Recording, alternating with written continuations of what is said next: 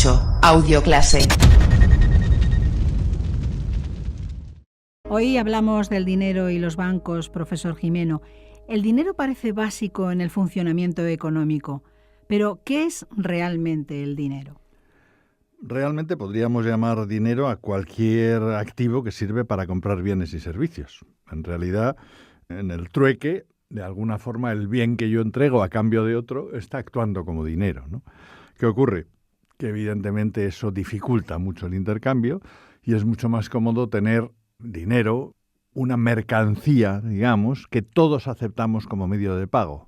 Y eso hace que yo no tenga que buscar para cambiar con aquel que tiene lo que yo necesito y necesita él lo que yo necesito, sino que yo le doy dinero y luego él hará con él lo que quiera. Por lo tanto, solo llamamos dinero a lo que se acepta generalizadamente por todos, que tengo la garantía, incluso el apoyo legal, de que si yo pago con eso me tienen que dar el bien o servicio correspondiente, ¿no? Es lo que llamamos tener efectivo, ¿no? Pagar en efectivo, pagar en dinero, ¿no? El concepto de dinero se ha ampliado, lo vamos a ir viendo a lo largo del programa, porque ya no es solo el dinero, billete y monedas, sino que también son los depósitos bancarios que movemos a través de muchas fórmulas, ¿no? Los talones, los cheques, las tarjetas de crédito, las transferencias, etcétera, ¿no? Por supuesto es dinero también y todo ello constituye lo que llamamos la oferta monetaria, ¿no? La oferta monetaria como el total de activos financieros que sirven para pagar y que se aceptan como dinero, ¿no? Por lo tanto, en su primera acepción, podríamos decir, el dinero es eso, un medio de pago, medio general de pago, ¿no? Como segunda acepción es la unidad de cuenta, ¿no? Es lo que nos permite, pues, por ejemplo, eso, cuando calculamos el PIB o alquilamos una cesta a la compra o similar, aquello de que no se pueden sumar peras y manzanas, si lo ponemos todo en función de su precio a una misma unidad de cuenta, en euros, ya sí lo podemos sumar, ¿no? Esto tiene sus pros y sus contras, ¿no? Cuando hablábamos del PIB y decíamos de los problemas que tiene para medir determinadas cosas, pues claro, todo aquello que no se mide en dinero no se mide en el PIB, ¿no? Y entonces, pues todo el trabajo voluntario, por ejemplo, o el de las personas que trabajan con las tareas domésticas de su propio hogar, pues no se contabiliza porque no se materializa en dinero, ¿no? Y por supuesto, y yo creo que también lo utilizamos a menudo, el dinero es también un depósito de valor, es un activo, ¿no? Incluso a veces casi el dinero representa al conjunto del patrimonio de una persona, ¿no? ¿Cuánto dinero tiene fulanito? Y entonces se dice un poco todos sus bienes. ¿Por qué? Porque el dinero es efectivamente una de las formas que tenemos para mantener riqueza y ahorro. Entonces, ¿hay varios tipos de dinero? De alguna forma sí, ¿no? Bueno, para empezar, el dinero al principio pues era una mercancía. En cada civilización era algo que no era muy abundante, que no se deterioraba con el paso del tiempo y que todos aceptaban. Podían ser conchas, podían ser perlas, podía ser oro o plata, ¿no? Que han sido los más frecuentes, el oro y la plata, ¿no? Entonces eso es lo que se llamaba dinero mercancía, porque era la propia mercancía daba el valor, ¿eh? O sea, lo que tú estabas pagando era realmente con algo que valía eso, ¿no? Y de hecho por eso se empiezan a acuñar monedas, pues como garantía de decir, bueno, pues el ducado en maravedí, no sé qué, pues sabemos que tiene tanto peso en oro, vale tanto, etcétera, ¿no? Como eso es incómodo, como además pues transportarlo es más peligroso, es más complejo, como además surge la picaresca de limar un poquito de oro y entonces ya no pesa lo mismo, pues lo que se va generalizando es yo deposito mi oro en un banquero, por la banca en la que estaban y recibían las monedas de oro, y él me da un vale, un recibo. Es decir, yo garantizo que este vale equivale a tantos doblones de oro, ¿no? Con el tiempo y en la medida en que van ganando confianza los banqueros, determinados banqueros sobre todo, pues esos banqueros se dan cuenta de decir, oye, es que ya la gente acepta ese pagaré como pago y ya no vienen a recoger el oro, sino que directamente con ese pagaré pagan a otro y a otro y a otro. ¿Qué significa? Que yo sé que con guardar a lo mejor la mitad de mi oro puedo atender a todo el que venga a cambiarme el pagaré. ¿Y qué hago con la otra mitad? Pues presto a otras personas, les doy un pagaré como si tuvieran oro y no tienen oro, ¿no? Así se empieza a crear el dinero fiduciario, que se basa más en la confianza del que emite el pagaré, del banquero, ¿no? Y de hecho va creciendo eso de tal forma que ahora prácticamente todo es dinero fiduciario, ¿no? Hasta hace pues, medio siglo Todavía se podía cambiar en la Reserva Federal estadounidense por oro el dinero, ¿no? Incluso los más antiguos del lugar recordarán que los billetes ponían el Banco de España pagará al portador tanto. Es decir, de alguna forma tú podías ir teóricamente al Banco de España y que te dieran el equivalente en oro, ¿no? Esto ya ha cambiado, ya no hay tal convertibilidad y el dinero es absolutamente fiduciario, ¿no? ¿Esto qué significa? Que realmente el dinero que hoy hay en la economía, esa oferta monetaria, en su versión más simple es el dinero más todos los depósitos a la vista que tienen los bancos. Es decir, el dinero, el efectivo en manos del público, el dinero que tenemos en los bolsillos o en los cajones o en los calcetines, ¿no? Pero además todo el dinero que tenemos en nuestra cuenta corriente en un banco o en una institución financiera, ¿no? ¿Por qué? Porque se ha producido esa creación de dinero bancario por el fenómeno que hemos descrito antes, ¿no? Esa es la que se llama M1, o definición más simple de la oferta monetaria, de la cantidad de dinero que hay en una economía, pero que se puede ampliar a más. Se amplió a la M2, M3 y hasta M4 en algún momento. Pero, en fin, las más usadas son la M1 y la M2, que incluye también activos que son los que hemos dicho, la M1 más cuasi dinero, es decir, activos que son muy fáciles de cambiar en dinero en poco tiempo, ¿no? Decimos que un activo es muy líquido cuando se puede cambiar en dinero sin pérdida de valor en muy poco tiempo, ¿no? Y es menos líquido cuanto más cuesta cambiarlo en dinero, ¿no? Yo si tengo un inmueble, pues convertirlo en dinero me va a llevar bastante tiempo, es un activo poco líquido, ¿no?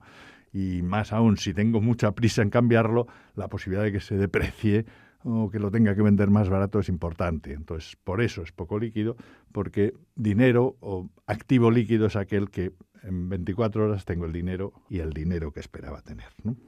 Entonces explíquenos qué papel juegan los bancos en relación con el dinero.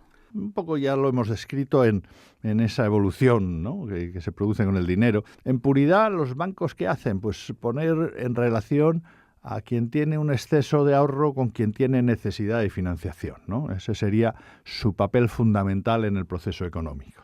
Hay personas que tienen en determinados momentos de su vida o estructuralmente una cierta capacidad de ahorro, unos ahorros, los pone en un banco y es el banco el que lo presta a otros que necesitan para sus inversiones o para unos gastos extraordinarios o similar, ¿no? Lo que ocurre es que, como hemos visto, en ese proceso de esos depósitos que se dejan, con los bancos pasa y cada vez más que con guardar una pequeña parte es suficiente. ¿Por qué?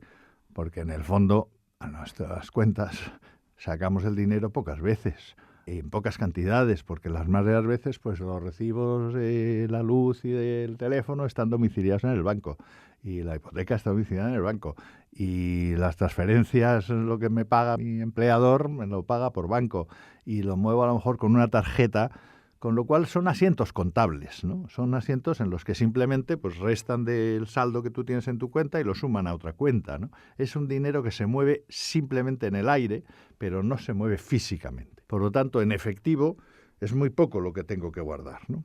Para entenderlo, podemos hablar del balance, ¿no? Bueno, el balance en general es un documento contable que recoge el activo y el pasivo de una empresa, ¿no?, de una actividad empresarial. ¿El pasivo qué es? El pasivo es el origen de los fondos, lo que yo tengo, de dónde me ha venido el dinero que yo he tenido en mi actividad. Por ejemplo, normalmente en una empresa pues es el capital que han puesto los socios, también pues préstamos que han podido tener de bancos, etcétera, ¿no? Y como activo es lo que tienen, lo que han hecho con ese dinero. Pasivo origen de los fondos, activo destino de los fondos. Entonces yo con el capital y con el préstamo, pues tengo a lo mejor pues unos edificios y una maquinaria, ¿no? Mi pasivo, de dónde han venido, de los socios y de los préstamos. Mi activo, lo que yo tengo, existencias, mercancías, máquinas o edificios, ¿no? Bueno, pues para un banco lo que ocurre es que ese préstamo que ha hecho es un activo, es decir, es algo que le deben a él, ¿no? Y por lo tanto, el pasivo son los depósitos. Cuando yo hago un depósito en un banco, es un dinero que me debe el banco. Por lo tanto, para el banco es una deuda que tiene conmigo. Y a su vez, el préstamo que él hace es una deuda que tienen con él, ¿no? Entonces, como sabemos que solo guardan una parte, esa parte que llamamos coeficiente de caja, es decir, el tanto por ciento que guardan en reservas, normalmente, como veremos, pues hay unas reservas reglamentarias que se fijan por el Banco Central para que haya una garantía de solvencia de los bancos que atiendan. pues de esta forma conservan esa parte y esto implica que de los 100 que yo he depositado se ha generado dinero, como ahora veremos. Pero también implica otra cosa, el miedo al pánico bancario, ¿no? Claro, si solo guardan, pues supongamos un 10% de lo que cada uno hemos depositado, como fuéramos todos de golpe a sacar el dinero, evidentemente ningún banco tendría, ¿no? Entonces, de ahí que exista ese coeficiente, esas reservas reglamentarias obligatorias y también que exista un Banco Central que actúa como prestamista en última instancia y que tiene una ventanilla de descuento donde en caso de necesidad inmediatamente mete dinero en el banco para evitar que ese pánico bancario lo hunda de verdad, aunque a lo mejor no tuviera problemas o no fueran tan importantes, ¿no? Bueno, entonces, ¿cómo se ha creado el dinero? Pues un poco como hemos explicado, ¿no? Vamos a poner un ejemplo. Si yo dejo un depósito de 1.000 euros, el banco guarda, pongamos un 10%, que sea su coeficiente de caja y de reservas, ¿no? Con los 900 restantes los puede prestar. Y los presta, y eso significa que quien lo recibe en ese mismo banco o en otro hace un depósito de 900, lo tiene en su cuenta. Y ese banco, a su vez, dice, pues de estos 900 guardo 90 y presto 810. Y eso es otro depósito que de esos 810 guardo 81 y presto 700, ¿no? Entonces, ¿qué ha pasado? Que con esos 1.000 se han creado además 900, 800, 700, 600, 10 veces más dinero del que inicialmente se depositó. Es lo que llamamos el multiplicador monetario, el multiplicador bancario, que indica que de los depósitos se genera una cantidad de dinero en cierta medida virtual, pero que todos consideramos, porque a todas las personas de la cadena les preguntas y todas dicen, yo tengo en el banco 100, yo 900, yo 810, yo 700 y pico, ¿no?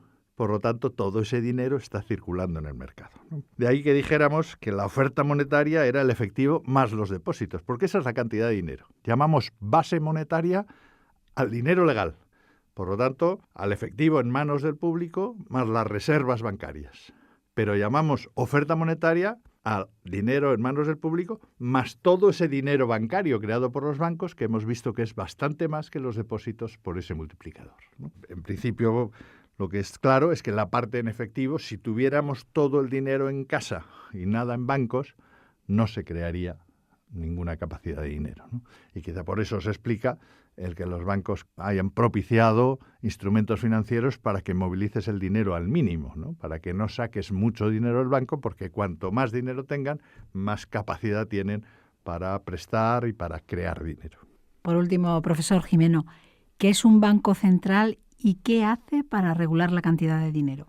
El Banco Central se denomina en teoría económica y a veces en las legislaciones, es la entidad que supervisa y controla el sistema bancario y en el fondo controla la base monetaria y podríamos decir en buena medida la oferta monetaria. Regula los bancos y la cantidad de dinero que hay en la economía, ¿no? Desde hace relativamente poco tiempo, me refiero a un siglo y medio, pues los bancos centrales fueron cogiendo el monopolio de la emisión de dinero legal, que ahora se está rompiendo un poco, como tantas cosas con las tecnologías de la información y la comunicación, con fenómenos como los bitcoins y otro dinero electrónico, que todavía, digamos, en teoría no hemos sabido todavía construir mucho un poco qué significa esto y cómo afecta a la realidad, ¿no? Y por lo tanto seguimos hablando del dinero legal y marginamos un poco ese otro tipo de dinero. Entonces, ¿qué herramientas tiene el Banco Central? Bueno, primero, por supuesto, la inspección, las buenas prácticas, etcétera, de los bancos, pero para actuar, pues tiene por un lado el mercado interbancario y el tipo de interés interbancario. De alguna forma, el Banco Central actúa como banco de compensación entre bancos, ¿no? Entonces, en el mercado interbancario, los bancos, como tienen que cumplir los requisitos de coeficiente de caja, si un día andan muy mal y decir, oye, no tengo reservas suficientes para dejar en el Banco de España, oye, banco de al lado, ¿tú tienes exceso? Bien, pues te compro por un día el dinero y te pago el interés correspondiente, ¿no? Y el tipo de interés interbancario es ese precio, tipo de interés en el fondo es el precio del dinero. Es ese precio que se pagan unos bancos a otros por esos préstamos de urgencia que se realizan dentro del propio Banco Central, ¿no? Y los tipos de interés, pues como siempre, dependen de la oferta y la demanda y dependen del riesgo también. Claro, si yo te presto y sé que me lo vas a devolver al día siguiente, el tipo de interés es muy bajo. Si te presto y tengo dudas de si me lo vas a devolver, pues el tipo de interés es más alto. Es esto que ya se ha hecho popular de la prima de riesgo, ¿no? Si hay riesgo, pues hay una prima que se carga sobre el tipo de interés y tienes que pagar un tipo de interés más alto por ese riesgo que estoy corriendo de que no me lo devuelvas, ¿no? El Banco Central, como tiene capacidad para actuar sobre las variables básicas de los bancos, tiene una enorme capacidad para influir sobre las variables del mercado monetario, ¿no? Porque regula las reservas reglamentarias. Puede decir que guarde usted un 1, un 2, un 5 o un 10%. Y por lo que hemos visto, eso tiene un efecto multiplicador muy importante. Si yo le obligo a guardar en reservas mucho más, significa que los bancos cierran el grifo de créditos porque se quedan sin capacidad de multiplicar, ¿no? O al revés, si lo rebajo, estoy dando mano abierta para dar más créditos y facilitar el funcionamiento financiero, ¿no? Y luego regula el tipo de descuento, que es el precio por el que el propio banco presta a los bancos, ¿no? Con lo cual actúa cuando se dice el Banco Central baja o sube el tipo de interés, es ese tipo de interés al que va a cobrar a los bancos. Si es muy bajo, hará que lógicamente tire para abajo también el interbancario, ¿no? Si es muy alto, pues lo eleva, ¿no? Con lo cual, pues tiene por esa vía la forma de aumentar o disminuir la oferta monetaria. Sin embargo, esas medidas, desde luego la de cambiar el coeficiente de caja es muy infrecuente. Solo ahora un poco con las crisis bancarias pues se han empezado a poner requisitos más duros de capital, etcétera. Y lo más habitual es utilizar operaciones de mercado abierto, que se llaman, ¿no? Y las operaciones de mercado abiertos consisten en comprar títulos de deuda o vender títulos de deuda. Digamos, para el Banco Central, si compra títulos de deuda, ¿qué significa? Que le da al banco, a cambio de la deuda, dinero líquido. Por lo tanto, tiene más reservas, por lo tanto, puede prestar más, ¿no? Además, no se necesita ni siquiera darle a la maquinita de hacer dinero, ¿no? Sino basta con un asiento y decir, oye, que donde tenías 100 de reservas, ahora tienes 150. En el propio Banco Central, que es donde los bancos tienen que tener una parte de sus reservas, ¿no? Y de esta forma, pues realmente regulan más suavemente la cantidad de dinero que hay en el mercado, ¿no? El efectivo que se imprime, al final es un efectivo que bien os sustituye, se está haciendo todos los días, billetes deteriorados, monedas deterioradas o similar, y cuando hay introducción de dinero en el mercado, pues entonces sí se genera dinero para la parte que va a usarse como efectivo, que como hemos visto es una parte relativamente pequeña, ¿no? En España, el Banco de España era nuestro Banco Central desde el siglo XIX hasta que se incluye dentro del Banco Central Europeo, que es el que actúa ahora para el conjunto de la Unión Europea, incluida en el euro, y que hasta este mismo año 2014 pues mantenía el Banco Central la supervisión de los bancos españoles, ¿no? Ahora han sido absorbidas buena parte de esas competencias por el propio Banco Central Europeo, que se ha elegido en el supervisor general de la Unión Europea, ¿no? Una característica, el Banco Central en Estados Unidos se llama la Reserva Federal, pero cumple prácticamente las mismas misiones, si bien hay una diferencia importante que influye bastante en su forma de actuar, que mientras que en la Reserva Federal Americana su misión es la estabilidad de precios, pero también vigilar el pleno empleo, en el Banco Central Europeo solo se ha puesto como objetivo la inflación. Y eso ha sido criticado porque había veces en que había niveles altos de paro y, sin embargo, se estaba reduciendo la cantidad monetaria por temor a la inflación, ¿no? En la práctica, luego, los gobernadores han tendido a suavizar un poquito la regla y a tener también en cuenta, aunque en mucha menor medida que en Estados Unidos, esa capacidad que tienen para regular al final el nivel de actividad económica y de inflación. Profesor Gimeno, catedrático de Economía Aplicada, muchísimas gracias. Un placer.